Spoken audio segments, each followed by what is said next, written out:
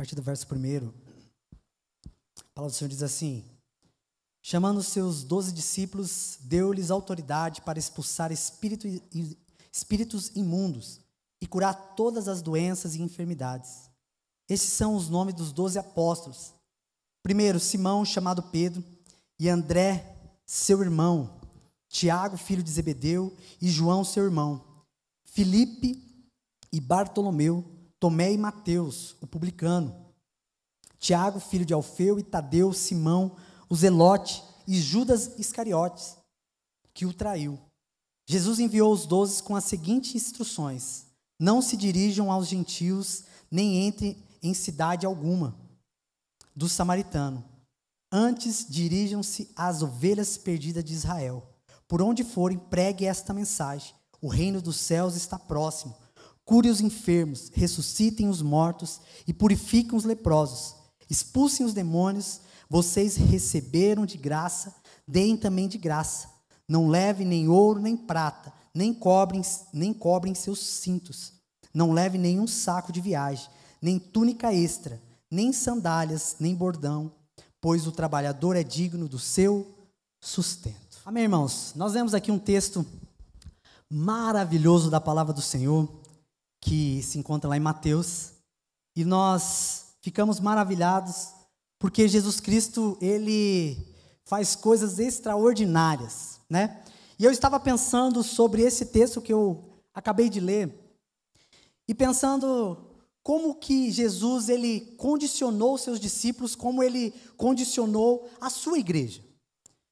E eu estava pensando sobre isso porque a gente, como homens, né, mulheres, nós aí que trabalhamos, temos nosso emprego, às vezes você não tem seu emprego, mas você está inserido em algum projeto, você não tem um prazer de estar em alguma coisa se você não vê um objetivo. Às vezes você tem um projeto na sua casa de construção, de melhorias, você se alegra com aquele projeto. Você tem um objetivo: olha, eu quero aumentar isso aqui, eu quero ampliar, eu quero fazer isso. Isso te deixa motivado porque você tem um foco, um objetivo. No emprego não é diferente. Quando a gente perde, né? Por isso que às vezes nós temos que mudar de emprego, porque às vezes nós perdemos a paixão, o objetivo daquele emprego. Somos chamados para fazer tal coisa e aquilo às vezes nos desmotiva e nós perdemos o objetivo, o foco. Ninguém quer estar num emprego que não tem objetivo. Ninguém quer estar em algum lugar que não tem uma direção. E Jesus Cristo, Ele sabia muito bem disso. E Ele conduziu a sua igreja, os seus discípulos, para um chamado, para uma direção, para um objetivo. E nós, como igreja do Senhor, nós temos esse objetivo. Nós temos um foco, nós temos algo para nós alcançarmos. Claro que o nosso maior objetivo qual que é? O céu é o nosso maior objetivo. Nós queremos e ansiamos e desejamos morar nas mansões celestiais. Esse é o maior objetivo do cristão. E para nós alcançarmos esse objetivo, nós precisamos seguir algumas regras, alguns conceitos, alguns mandamentos, alguns ideais que Jesus Cristo nos ordena, porque nós queremos entrar nas mansões celestiais. Mas Jesus Cristo não deixou somente esse objetivo para a sua igreja. Ele deixou o objetivo de levar a sua palavra. Uma igreja missionária, uma igreja que leva a sua palavra aonde ela está inserida. E esse mês nós temos falado sobre a missão da igreja. Qual é a missão da igreja? Você, como igreja do Senhor, você tem um lema? Você tem um objetivo? Eu lembro que na última empresa que eu trabalhei, nós tínhamos um lema, um objetivo. E aí nós falamos, agora eu não vou lembrar de cor, irmãos, porque agora a memória curta já foi. Eu lembro das coisas antigas. Mas nós temos o objetivo de fazer isso, e oferecer o melhor aos nossos clientes. E a nossa missão é fazer o melhor negócio que beneficia tanto o cliente quanto a empresa. Era uma missão. Então nós tínhamos um lema, um objetivo. Toda empresa tem isso. E se nós perdemos isso, nós perdemos o foco, perdemos a direção. E Jesus Cristo, Ele deixou essa missão para nós, igreja dele. A igreja do Senhor, ela tem um objetivo, é o céu. Esse é o nosso objetivo. Ela tem uma missão, pregar o evangelho a toda criatura. Essa é a nossa missão, é o ID de Jesus Cristo.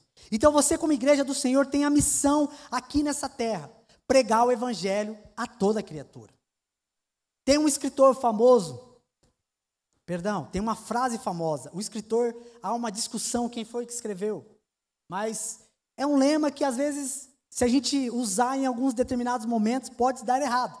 Mas ele diz assim: pregue a palavra, se necessário, use palavras. É interessante, porque o que ele está querendo dizer aqui é que nós devemos pregar o evangelho do Senhor Jesus Cristo, mas com a nossa conduta, com o nosso jeito de viver. Isso lá no mundo conta muito, porque se o nosso jeito de viver não condiz com o que nós falamos aqui na igreja, nós não estamos pregando o evangelho, nós estamos despregando o evangelho. Então, se você às vezes não tem palavras, às vezes você fica perdido, mas a sua conduta é uma conduta de cristão, você está pregando o evangelho de Jesus Cristo. Mas nós não podemos ficar só nisso, nós precisamos também falar de Jesus, porque a boca fala do que o coração está cheio. Irmãos, isso é muito verdade, porque quando o nosso coração está cheio de Jesus, em todo momento nós falamos de quem? De Jesus. Quando o nosso coração, olha, vou usar um exemplo aqui que eu sou fanático. Se nosso coração está cheio do nosso time, aonde nós paramos, nós falamos de quem? Do nosso time. Se o nosso coração está cheio do nosso candidato, ai, misericórdia, voltamos a eleições. O que nós falamos? Aonde nós paramos, nós falamos de quê? De eleições? Do nosso candidato. Porque o nosso coração está cheio disso. Nós se enchemos dessas coisas. Por isso que é importante nós nos enchermos da palavra, enchemos de Jesus Cristo. Porque aonde nós estamos falando das suas maravilhas, dos seus milagres, daquilo que Jesus fez na sua vida, daquilo que Jesus fará ainda na sua vida, porque você tem um objetivo, você tem um sonho. Isso é viver o evangelho. E Jesus Cristo deixou essa missão para nós, irmãos. E nesse texto que nós lemos, o mais interessante é que ele não começa no capítulo 10. O mais interessante é que ele começa no capítulo 9, lá no verso 35. Jesus, ele está com seus discípulos passando pelas cidades, pelos povoados, pelas aldeias. E aí Jesus olha para aquela multidão. As pessoas vinham até Jesus clamando por misericórdia, clamando por um milagre, por algo. E Jesus olha para aquele povo perdido. E ele diz, olha, eles estão como ovelhas sem pastores. E ele chama os seus discípulos e fala assim, olha, você está vendo essas multidão? Está vendo essas pessoas? Vocês precisam clamar ao Pai. Ore ao Pai para que Ele envie trabalhadores para a sua seara. Trabalhadores para abençoar essa multidão. Trabalhadores para expulsar demônios. Trabalhadores para levar a cura, a restauração. Eu não sei o que aconteceu aqui. Mas tem uma pausa, né? Porque aí nós vamos para o capítulo 10. Pode ser que naquele momento Jesus levou os seus discípulos para algum lugar. E eles realmente levantaram um clamor. Senhor, né? Envie trabalhadores, envie, Senhor. E o mais interessante é que no capítulo 10, chegou os trabalhadores. Os trabalhadores eram os próprios discípulos. Olha que interessante. Jesus fez como, eu vou dar um exemplo aqui. Meu Deus, quantas cadeiras, como se essas cadeiras tivessem tudo esparramado. E nós estávamos aqui um pequeno grupo. E eu olhasse assim para vocês e falasse, olha, meu Deus, nós estamos aqui com essas cadeiras tudo esparramadas. Não tem ninguém para juntar essas cadeiras. Vamos orar, irmãos? Vamos. Vamos orar para Deus enviar alguém para juntar essas cadeiras. E aí nós levantamos e oramos. Senhor, envie trabalhadores para juntar essas cadeiras e tal. Amém, amém. Vamos juntar as cadeiras? Foi isso que Jesus fez. Pediu oração e agora vocês são a resposta desta oração. Os próprios discípulos foram a resposta da oração do Senhor. Envie trabalhadores. Está aqui os trabalhadores. Está no verso 2. A partir do verso 2 vai dizer que estes são o nome dos 12 apóstolos. Jesus chamou os 12. E aí separou lá em Marcos, no seu capítulo 6, no capítulo 5, conta a mesma história. E lá vai dizer que Jesus separou eles de 2 em 2. E enviou eles, aquelas pessoas que eles mesmos viram, que necessitavam de algo do Senhor Jesus Cristo. O objetivo, uma missão. Jesus Cristo está conduzindo a sua igreja, o seu rebanho. para algo extraordinário, para eles viverem a experiência que o próprio Jesus vivia. Irmãos, quando eu começo a olhar isso, eu quero entrar nesse texto, eu quero mergulhar, eu quero estar junto com esses discípulos. Essa autoridade que Jesus Cristo deu a esses discípulos, meu Deus, eu quero muito isso. Porque é essa autoridade que Ele nos dá para expulsarmos demônios, para levar cura, restauração às pessoas. É isso que a igreja do Senhor precisa ministrar neste mundo. Nós não só pregamos, mas também ministramos bênçãos, cura, restauração. É por isso que Jesus Cristo vai dizer lá em Mateus, no seu capítulo 6, no Sermão do Monte, que nós somos o sal da terra e a luz do mundo. O sal, ele serve para preservar, irmãos. Enquanto a sua igreja estiver nessa terra, não haverá destruição, porque a igreja do Senhor, ela preserva este mundo. Nós estamos preservando este mundo. Então, aonde você está, a bênção do Senhor está. Aonde você está, a autoridade do Senhor está em você. É isso que nós temos que entender. E é sobre esta autoridade, é sobre isso que eu quero pregar nessa noite. Estou trazendo esse texto. No verso 5, Jesus vai dar algumas instruções de como eles deveriam se portar nesta missão, nesse objetivo. Jesus Cristo delega a missão, dá o objetivo e diz, olha, precisa haver algumas restrições. Vocês não podem fazer tudo, não pode fazer de qualquer forma, vocês devem fazer assim e assado. É isso que Jesus Cristo está fazendo, está direcionando esses homens. E no final que nós lemos aqui, ele vai dizer, olha, e o que eu estou dando para vocês, vocês pagaram alguma coisa? Essa autoridade que eu estou derramando sobre a vida de vocês, vocês pagaram alguma coisa? Não. Então, de graça vocês receberam. De graça vocês devem dar. É de graça que nós devemos dar, irmão. E Jesus Cristo está falando aqui justamente sobre esse ministério, o ministério da cura, da restauração, da libertação. E aí nós lemos até o verso 10, que vai falar sobre outro ministério, o ofício da igreja. Que aí ele fala, todo trabalhador é digno do seu sustento. Já está relacionado ao trabalhador que vive disso. É como se Jesus estivesse falando dos levitas, que vivem do templo. Eles são dignos do seu trabalho. Por isso eles recebem. Mas aquilo que você recebeu de graça, a cura, a restauração, e você efetuou sobre a vida de alguém, isso nós não devemos cobrar. E muitas pessoas esquecem desse texto. E é sobre isso que eu quero pregar com os irmãos nessa noite. Sobre essa missão que a igreja tem. A missão da igreja. É esse tema que nós estamos trabalhando esse mês. A missão da igreja. E eu queria dar um subtítulo. Na missão que Jesus nos confiou. A primeira coisa que eu encontro na missão que Jesus nos confiou é que Ele que iniciou o projeto. Então é Ele quem nos capacita. Se foi Jesus que iniciou o projeto, é Ele que vai nos capacitar. Leia comigo o verso 1 aí do capítulo 10.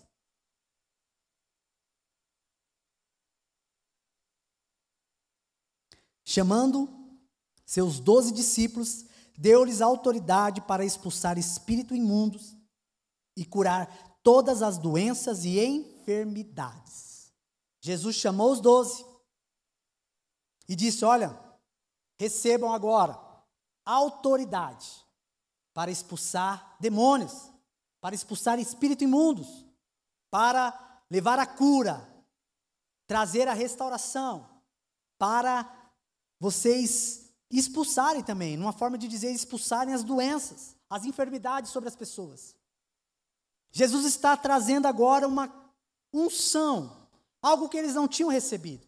Nós precisamos entender aqui, irmãos, que até esse momento aqui, neste momento inclusive, o Espírito Santo de Deus não tinha descido sobre a igreja do Senhor.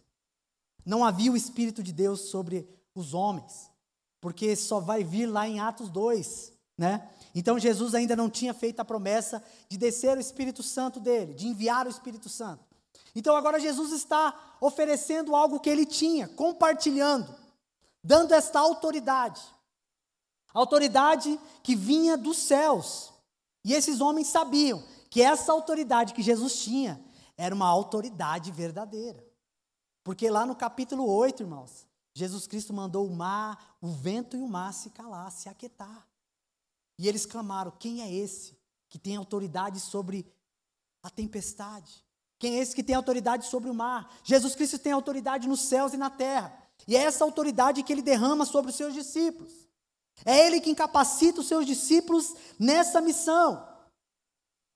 A missão não é denominacional. A missão não é de uma igreja. A missão é de todo o corpo de Cristo. É de todos aqueles que se converteram a Cristo Jesus. Ela não é exclusiva de ninguém. Quando Jesus reuniu os 12, essa unção foi para todos eles, sem exceção. Olha, não, eu vou separar só 6. Não. Todos eles receberam a mesma unção. Todos eles receberam a autoridade que vinha de Deus. E todos eles tinham o mesmo propósito.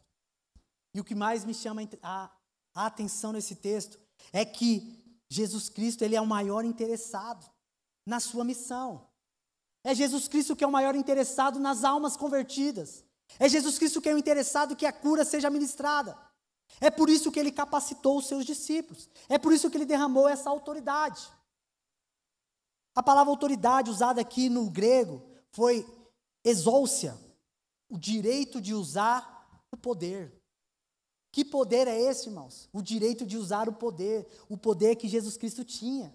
O dínamos, que eles ainda não tinham recebido, mas ainda receberiam.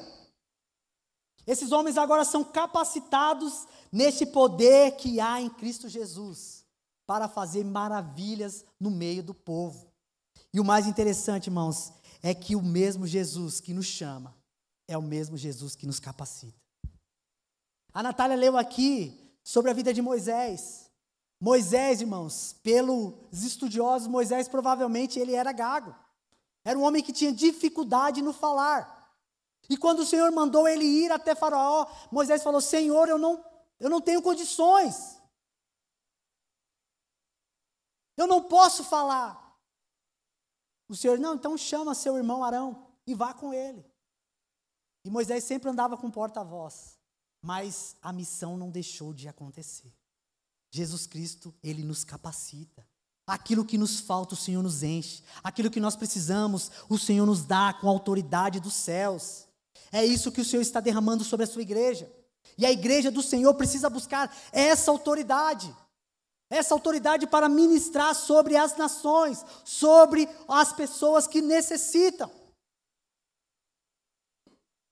Irmãos, quando eu li o capítulo 9, eu confesso aos irmãos que eu me peguei andando no meio da rua, pensando como Jesus Cristo devia estar. Irmãos, eu não sei se você já passou em algum bairro, algum lugar, que às vezes você vê as pessoas perdidas nas drogas, as pessoas ali abandonadas, nas ruas, nas praças. Esses dias eu estive ali perto do Paranaense, muitas pessoas ali, muitos moradores de rua. E ali eles ficam ali bebendo com seus vícios. E eu fiquei imaginando como a igreja do Senhor se porta numa situação dessa. Como nós, como igreja do Senhor, olhamos um cenário desse. Jesus Cristo olhava essas pessoas e via como ovelhas sem pastor. Irmão, quantas pessoas precisam de uma restauração, de uma libertação? Porque a igreja do Senhor, ela não entendeu o seu propósito aqui na terra. Nós não entendemos qual foi o nosso chamado. O nosso chamado é para libertação. É libertar o escravizado. Aquele que está escravo do pecado. Aquele que não consegue sair de um vício. Nós fomos chamados para isso. Para ministrar a cura, a restauração sobre a vida dessas pessoas. E Jesus Cristo, ele é um Deus. Ele é Senhor dos senhores. E ele vai dizer lá em João, no seu capítulo 14, olha o que Jesus Cristo diz, irmãos. O que ele preparou para a sua igreja. O que ele preparou para cada um de nós. Capítulo 12, verso 12, a seguir vai dizer assim: e eu lhes digo a verdade, quem crê em mim fará as mesmas obras que eu lhe tenho realizado, até maiores, pois eu vou para o Pai, e vocês podem pedir qualquer coisa em meu nome, e eu farei, para que o Filho glorifique o Pai. Sim, peçam qualquer coisa em meu nome, e eu farei. o Senhor Jesus Cristo deixou uma promessa, nós podemos fazer obras maiores. Meu Deus do céu. Como nós não entendemos esse ministério? Que obras maiores? As obras que o Senhor Jesus Cristo fez. Curou, restaurou, ressuscitou. E Jesus Cristo deixa uma promessa: vocês poderão fazer obras maiores, se pedirem em meu nome. Essa é a autoridade que nós precisamos ter como igreja do Senhor. A igreja do Senhor precisa estar revestido dessa autoridade. O Senhor tem projeto, tem planos para a sua vida, por isso Ele te chamou. Então, se Ele te chamou, olha que maravilha, fique tranquilo, porque é Ele que vai te capacitar. É Ele que nos capacita. Se Ele te chamou para um propósito, fique tranquilo, Ele vai te preparar para esse propósito. Então vá com fé, faça aquilo que o Senhor te chamou para fazer, e você verá as maravilhas que o Senhor fará através da sua vida.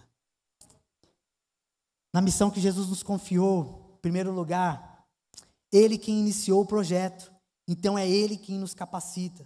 Em segundo lugar, Ele escolheu a dedo os seus discípulos. Olha que interessante, irmãos, verso 2 ao verso 4. Estes são os nomes dos 12 apóstolos. Primeiro, Simão, chamado Pedro, e André, o seu irmão Tiago, filho de Zebedeu, e João, seu irmão, Filipe e Bartolomeu, Tomé e Mateus, o publicano, Tiago, filho de Alfeu, e Tadeu, Simão o Zelote e Judas Iscariote, quem o traiu. Até aqui. Olha que interessante. Se nós olharmos esses nomes, cada nome desse aqui, nós poderíamos abrir um parente em cada um deles. Porque são nomes aleatórios. São pessoas diferentes uma das outras. Muito diferentes. Meu Deus do céu. Se você tivesse uma empresa, olha só o que eu vou falar, e você fosse contratar pessoas, você com certeza eliminaria a metade desses aqui. Não, esse aqui não está no meu... O currículo dele não me interessa. O RH da sua empresa ia falar assim: opa, aqui não, esse aqui, meu Deus, tá doido? Como é que eu vou colocar um zelote junto com um publicano? Não dá. Como é que eu vou colocar aqui agora um Pedro com um Tomé? Não tem como. Vamos separar, vamos dividir isso aqui. Jesus não, Jesus, opa, mistura tudo. Olha que confusão, irmãos. Maravilhosa que Jesus gostava, né? Só para vocês entenderem, irmãos. Pedro era aquele homem sanguíneo. Jesus diz: olha, eu estou indo para a morte. O que Pedro falou? Eu vou também. Bora, Jesus. Que isso, Pedro? Você não vai? Não, eu vou para a morte também. Que Pedro, para com isso, Pedro. Não, eu sou otimista. Eu vou. Jesus sabia que não ia, né? Mas vamos parar por aqui. Tomé, Jesus aparece. Olha, estou aqui, eu ressuscitei. Será? Rapaz, não pode ser não. Sou eu. Não é. Olha aqui minha mão, pode ver aqui, toca. Pessimista, não, esse aqui, não. Aí Jesus coloca quem? Pedro, Tomé. Aí pega lá, Mateus. Mateus era o cobrador de impostos, era o publicano, aquele que cobrava dos judeus o imposto. Zelote, quem era Simão o Zelote? Simão Zelote era aqueles que eram revolucionários, revolucionistas, aqueles que odiavam o Império Romano, principalmente os publicanos, que eram judeus que cobravam os impostos. Qualquer oportunidade que o Zelote tinha de matar um, eles matavam, pela sua causa, pelo nacionalismo, eles eram extremistas. Houve várias guerras em Israel por causa dos zelotes.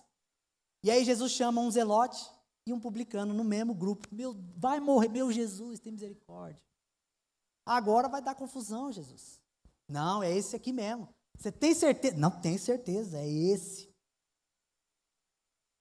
Jesus chama João, aquele que reclinou a cabeça no peito de Jesus. Aquele que era o mais chegado. Aquele que quando perguntaram quem é o traidor, falaram: olha, João, pergunta para ele, você que é mais chegado dele. Aí nessa mesma turma, está lá o traidor, Judas Iscariotes, aquele que trairia Jesus. Irmãos, olha que maravilha. Se nós tivéssemos toda essa galera para trabalhar, meu Deus, quanta confusão haveria. E o Senhor Jesus Cristo trabalha nessa forma. Esta é a igreja do Senhor. O Senhor chama um ex, porque Ele transforma, irmãos. Esses homens aqui, eles eram isso, mas eles foram transformados pela palavra do Senhor Jesus Cristo. O Senhor chama ex-drogado, ex-alcoólatra, ex-viciado, ex-ladrão, ex-mentiroso. Eu não sei se você se enquadra nesses ex aqui, mas eu estou me enquadrando em vários.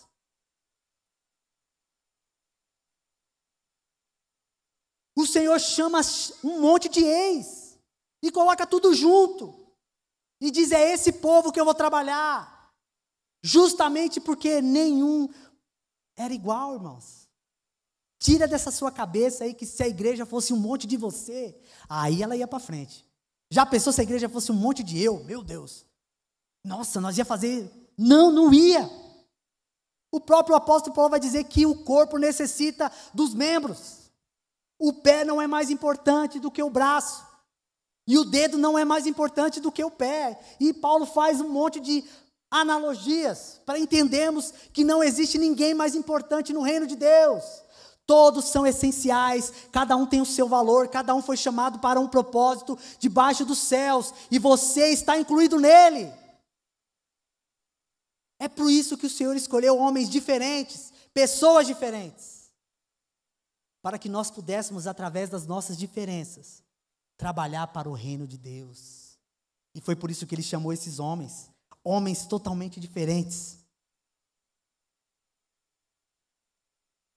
Hudson Taylor, um grande missionário, ele vai dizer o seguinte: Deus me escolheu porque eu era bastante fraco. Deus não realiza seus grandes trabalhos através de grandes equipes.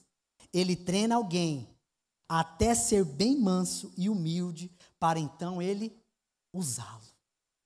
O Senhor não quer equipe maravilhosa. O Senhor não quer pessoas extraordinárias. Ele quer pessoas fracas, pessoas pecadoras.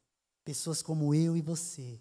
Se você não é pecador, meu querido, glorifica a Deus, porque você será loguinho arrebatado. Talvez agora, vamos ver quem vai ser. De repente, né? Porque todos nós somos pecadores. Todos nós pecamos e carecemos das misericórdias do Senhor. O Senhor chama esse povo, o Senhor chama cada um de nós. E com esse propósito, fazer a sua obra, fazer a sua missão. E a nossa missão como igreja do Senhor é levar a restauração, a transformação para as pessoas. A missão da igreja, na missão que Jesus nos confiou, primeiro, é Ele que iniciou o projeto, então é Ele que nos capacita. Segundo, Ele escolhe a dedo os seus discípulos. Terceiro, é Ele quem nos instrui sobre a sua missão. É Ele quem nos dá a direção. Verso 5 a seguir, o que diz? Jesus enviou estes 12 com as seguintes instruções: não se dirijam aos gentios, nem entre em cidade alguma dos samaritanos. Antes, dirijam-se às ovelhas perdidas de Israel. Por onde forem, pregue esta mensagem: o reino dos céus está próximo. Cure os enfermos, ressuscitem os mortos, purifique os leprosos e expulse os demônios. Até aqui, irmãos. Olha que instruções maravilhosas. Eu queria que Jesus falasse isso para mim hoje. Agora. E Ele está falando, meu querido. Porque a sua palavra ela é viva e eficaz. Jesus, Ele nos fala hoje. Essa é a sua instrução. A instrução de nós levarmos a cura e a restauração. E eu estou maravilhado com isso. E a primeira coisa que Ele instrui os seus discípulos: não vá até os gentios. Naquele momento, irmãos, não era o tempo. Não era chegada ainda o tempo do evangelho chegar aos gentios. Naquele momento ainda não era o tempo da palavra chegar aos samaritanos. Jesus diz, olha, também não passe pela região dos samaritanos. Existem alguns princípios. Jesus, ele delega algumas situações para que aqueles homens obedecessem. E o que eu acho mais interessante é que para que nós possamos ver o milagre, nós precisamos obedecer. Não é isso, irmãos? Se nós queremos vivenciar milagres, se nós queremos ver o poder de Deus, precisamos obedecer a sua palavra, a sua direção. E esses homens fizeram conforme Jesus tinha dito. Porque eles não foram até os samaritanos. Eles não foram até os gentios. Depois houve até um probleminha, né? Os irmãos vão lembrar lá em Atos, no capítulo 11, quando Jesus traz uma visão a Pedro sobre os gentios. E justamente porque os gentios ainda não faziam parte desse povo seleto de Jesus Cristo. E depois lá na frente Jesus vai dizer, olha, eu vim para os meus, mas os meus me rejeitaram. E por isso o evangelho alcançou todos nós, irmãos, que não somos judeus. Nós somos gentios, somos considerados como gentios. E naquele momento não era chegada a hora do evangelho chegar até os gentios. E esses homens fizeram conforme Jesus tinha declarado. Mateus é um homem que escreve o evangelho justamente com o objetivo de levar o evangelho aos judeus. E por isso ele escreveu essa parte aqui. Se você ler nos outros textos, lá em Marcos e em Lucas, não vai falar sobre isso. Mas Jesus está instruindo esses homens para eles não levarem o evangelho. E Mateus está querendo dizer, olha só o que Jesus fez. Jesus colocou vocês, ó povo de Israel, como prioridade. O evangelho foi primeiro a vocês, e vocês o rejeitaram. Assim a palavra se cumpriu, irmãos, porque eles rejeitaram a palavra de Jesus Cristo. Foi o próprio povo que condenou a Jesus Cristo. Jesus precisava dar um norte a esses homens, uma direção, o que eles deveriam fazer. E na missão que Jesus nos dá, irmãos, Ele sempre vai nos dar a direção.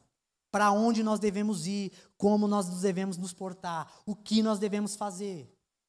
E como igreja do Senhor, o que nós precisamos fazer para que a sua missão seja concluída aqui na terra.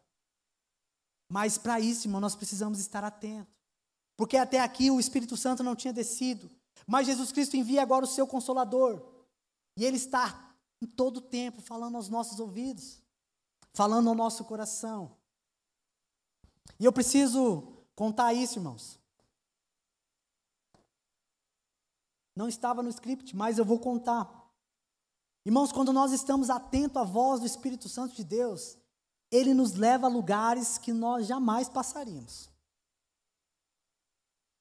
Irmãos, certo dia, eu estava indo para casa, e aí eu pensei, vou passar e vou comprar eu não lembro se era fruta ou era uma mistura, né? Não sei se o povo fala que mistura, eu sou paulista fala mistura, né?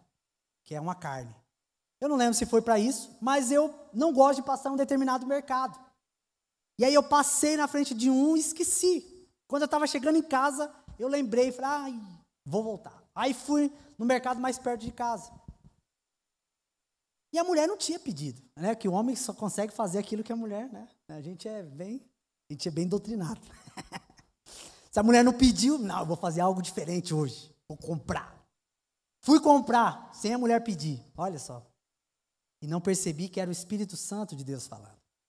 Entrei no mercado, rodei o mercado, procurei um negócio e tal. Não achei o que eu queria, comprei outra coisa. Aí estou levando. Cheguei, fui passar no caixa. Geralmente eu passo no caixa rápido, porque eu só estou levando uma coisa. Fui no outro, falei, não, hoje esse aqui está mais curto. E fui. E aí, vai daqui, vai dali. Tinha uma senhora na minha frente. Essa senhora estava com uma criança. E eles pegaram algumas coisas ali e tal. E quando ela passou, a mulher falou assim, olha, deu 100 e pouco, alguma coisa assim. Aí a mulher falou, eu percebi que ela já ficou com vergonha. E aí, ela, não, então tira isso. Aí a mulher, não, mas ela vai entregar e você pode pagar lá. Aí ela falou, não, vamos tirar. Eu percebi, ela não tem dinheiro em casa. Aí eu fiquei assim olhando, falei assim, eu vou entrar. Falei, moça, não, quanto que deu a diferença? Foi R$25, irmãos. Falei, não, pode deixar, eu pago. Paguei. Quando eu saí dali, o Espírito Santo falou, tá vendo? Você veio aqui só para gastar R$25. Irmãos, não estou falando do valor, irmãos. Eu estou falando de algo que marcou o meu coração. A pessoa que recebeu, às vezes, ela não marcou tanto como aquele que deu. Porque a palavra do Senhor diz que é melhor dar do que receber. É a palavra do Senhor, então dá, ofereça. E com certeza ela falou assim, nossa, ela me agradeceu tanto. E eu saí dali mais alegre do que ela. Porque eu gastei R$25 sem a mulher saber. Como Deus trabalha, meu querido. É assim que Deus trabalha. Deus às vezes fala conosco. Acontece algumas situações na nossa vida e nós queremos, a primeira coisa é murmurar. Eu podia sair dali, meu Deus, para que eu fui passar no mercado? Olha, não precisava nem comprar, ainda gastei a mais. Mas glorifica porque você fez a obra do Senhor. É assim que Deus trabalha. E eu gosto de falar essas coisas porque essas coisas pequenas, elas falam os nossos corações. É elas que mostram que Deus está atento aos seus. Eu não sei qual foi a oração daquela mulher, mas com certeza Deus respondeu a oração dela. E aí Deus foi louvado através da minha vida. E é para isso que Deus nos chamou. É para isso que Deus te chamou. Deus quer te usar em determinadas coisas, mas você precisa estar atento à voz do Espírito Santo de Deus. É isso que nós devemos estar ligados. Se o Senhor nos convocou, se o Senhor nos chamou, Ele vai nos capacitar, Ele vai nos honrar. E Ele vai nos dar a direção, mesmo que não seja a sua direção, que geralmente não é.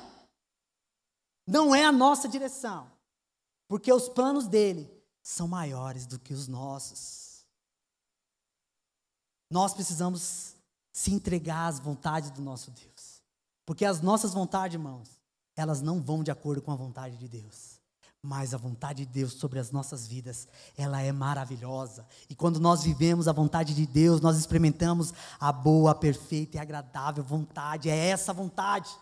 É essa vontade que é boa, que ela é perfeita. Ela é real. Ela existe. E nós precisamos viver isso, viver este evangelho. As instruções que o Senhor Jesus Cristo nos dá, é para nos dar a oportunidade de vivermos maravilhas, milagres. A obediência, ela vai te levar a realizar milagres. O milagre sempre está condicionado à obediência. Obedeça a voz do Senhor e o milagre acontecerá. Obedeça a voz do Senhor e o milagre vai acontecer na sua vida. Marcos 6, 12, vai dizer, e eles pregaram arrependimento, oraram por cura e expulsaram demônios e viram os milagres acontecerem. Esses homens experimentaram, eles pregaram, eles repreenderam demônios, eles ministraram a cura e eles viram os milagres acontecerem, porque eles obedeceram à voz do seu mestre. Ouça a voz do Senhor. E quando ouvires a voz do Senhor, olha o que diz a palavra do Senhor, não endureça o seu coração. Quarto e último ponto, para encerrarmos, na missão que Jesus nos confiou, primeiro, é Ele quem iniciou o projeto, então é Ele quem nos capacita. Jesus, Ele é o maior interessado, irmãos. Ele é o maior interessado na missão, pois a missão é dele. Segundo, Ele escolhe a dedo os seus discípulos. Escolheu eu, escolheu você. Olha só que interessante. Ele escolheu cada um de nós. Terceiro, é Ele quem nos instrui sobre a missão. Não esqueça, o milagre está condicionado à obediência. E quarto e último ponto, recebemos de graça devemos oferecer. A partir do verso 8, a parte B, vai dizer assim, vocês receberam de graça, deem também de graça. Não leve nem ouro, nem prata, nem cobre em seu cinto. Não leve nenhum saco de viagem, nem túnica extra, nem sandálias, nem bordão, pois o trabalhador é digno do seu sustento. Jesus Cristo já estava instruindo esses homens para uma missão que poderia levar eles à perdição. Mas Jesus Cristo está dando uma direção. Olha, não leva nada disso. Não leva cinto, não leva nada que possa guardar dinheiro, que vocês possam trazer algo. Olha, recebi isso aqui, vou levar. Não leva uma bolsa. Opa, vou levar uma bolsa grande, né? Eu gosto de levar isso nos aniversários. Mentira, irmãos. Brincadeira. Levar uma bolsa grande, a hora que chega a hora do salgadinho, joga tudo lá dentro e opa. Jesus falou, não leva isso. Para vocês não correr o perigo de a hora que você realizar o milagre, que a ministração da cura vir sobre as pessoas, alguma coisa vai acontecer. Essa experiência, irmãos, ela é real. Porque a pessoa que recebe a cura, ela fica tão maravilhada, que ela precisa, não, eu vou te dar isso aqui, eu quero te dar, recebe. Não. De graça eu recebi. De graça eu estou te dando. Esse é o princípio do Evangelho. E nós precisamos tomar esse cuidado. Porque as pessoas, elas vão olhar para nós e falar assim, meu Deus, eu fui muito abençoado através da sua vida. Receber presente. Não como troca. A gente recebe, irmãos. É muito bom. Mas quando você faz uma troca, Jesus conhece o seu coração. E Jesus não estava falando só para homens com o coração já puro, não, tá, irmãos? Aqui no meio aqui tinha um traidor, não tinha? Judas ainda pertencia a essa galera. Judas Iscariotes, esse mesmo. Que quando aquela mulher quebrou o vaso, Judas olhou e falou, que desperdício. Poderia vender, olha o coração dele, poderia vender e dar aos pobres. A palavra do Senhor diz que ele roubava. Ele era tesoureiro e ele roubava as ofertas de Jesus Cristo, olha só. Não tinha conhecimento nenhum de quem era esse Jesus poderoso. E Jesus está alertando esses homens. Cuidado com o que vocês têm, porque isso é muito valioso. Isso é muito precioso. E às vezes a igreja do Senhor não dá valor. A autoridade que o Senhor te deu, ela é muito preciosa. Ele não dá a qualquer um. Ele escolheu eu e você. Precisamos ter isso em mente. O que o Senhor tem te dado? O que o Senhor tem te dado como graça dele? O que o Senhor tem te dado como talento, como dom? O que você tem feito disso?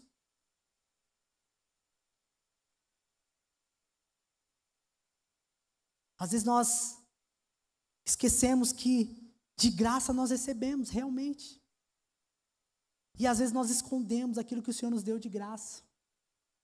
Mas Ele te deu para que você possa usar isso em favor das outras pessoas. Aonde está a igreja que recebeu esse poder? Aonde está a igreja que recebeu a autoridade do Senhor?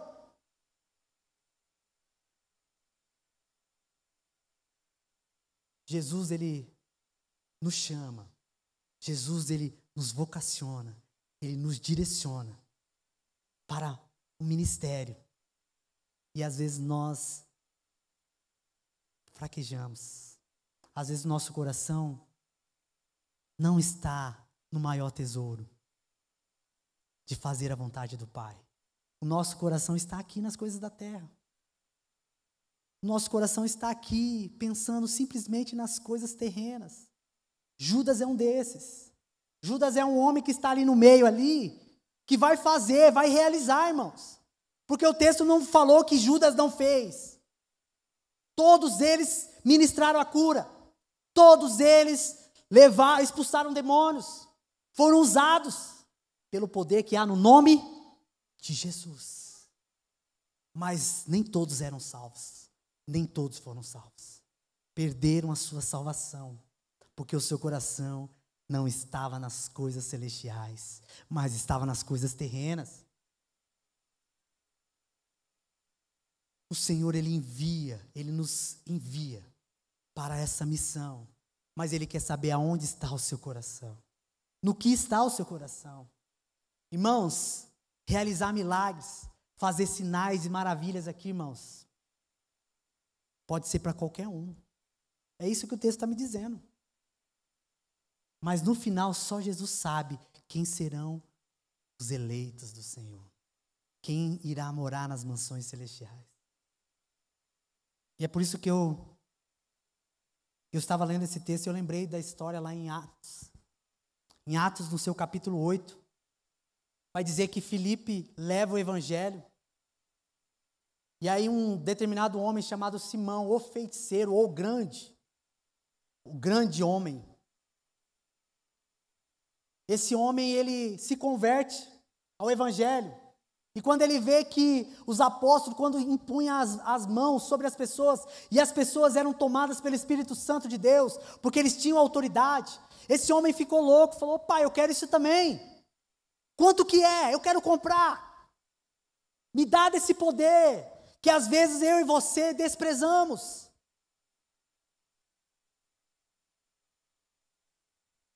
Mas Pedro respondeu: que o teu dinheiro morra contigo, por pensar que o dom de Deus se pode comprar. Atos 8:20.